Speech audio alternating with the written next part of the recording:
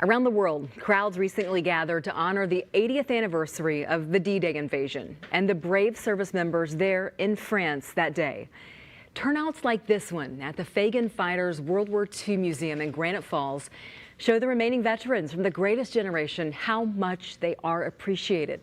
In this week's So Minnesota, Joe Mason spoke with the man who started the museum about the importance of remembering D-Day.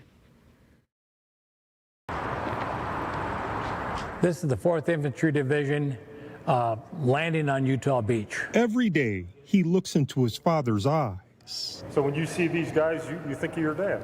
Oh, absolutely. Ron Fagan built this statue of the landing on Utah Beach during the D-Day invasion. They freed the world. A picture of Ron's late father, Ray, his dog tags, and letters home to his mother are all part of the Fagan Fighters World War II Museum. It was tough for these guys. Ron founded the museum a decade ago to honor all those who served in World War II. They're all brave, and they did what they're supposed to do, you know, follow orders and do what they had to do. The museum holds dozens of vintage warplanes and vehicles. Any day you might show up, you might see one of these fighters in the air. Like we say in this museum, if the tires, whether it's an airplane or World War II vehicles, the tires are on the floor, either run or fly. They do break down though. Now, if they break down, it's when they break down.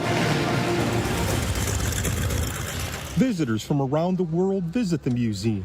You know the old saying, like that ball field in Iowa, if you build it, they'll come? That's kind of been the situation here. We get a lot of people from France, from England, from Germany, along from the United States.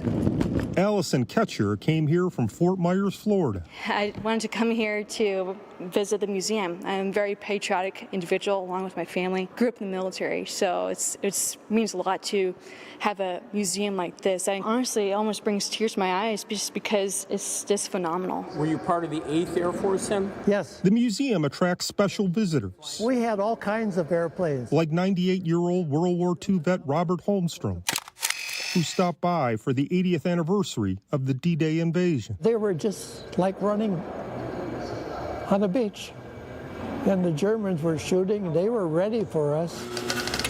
That was really bad. The Normandy invasion happened. Ron knows just how bad. His father fought in the D-Day invasion. My father was in the 4th Infantry, and they landed on Utah Beach. Ron's dad survived the war. Never really talked about it at all. But he carried the scars of battle for decades. He'd wake up in the middle of the night with this terrible nightmares. Of all the people that visit this museum, Ron wishes one could come back and see what he's built. His father, Ray. I'm proud of my dad. He's an amazing guy. The D-Day exhibit has real sand taken from Utah Beach. That's the bronze of him right there. The first man in the statue is Ron's father. And you thank God for letting him live. In this museum, the past lives, teaching the future about those brave souls who answered the call of duty.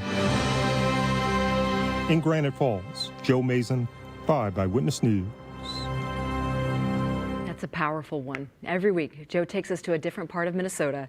Send us your ideas about where he should go next. Just email nightcast@ksdp.com.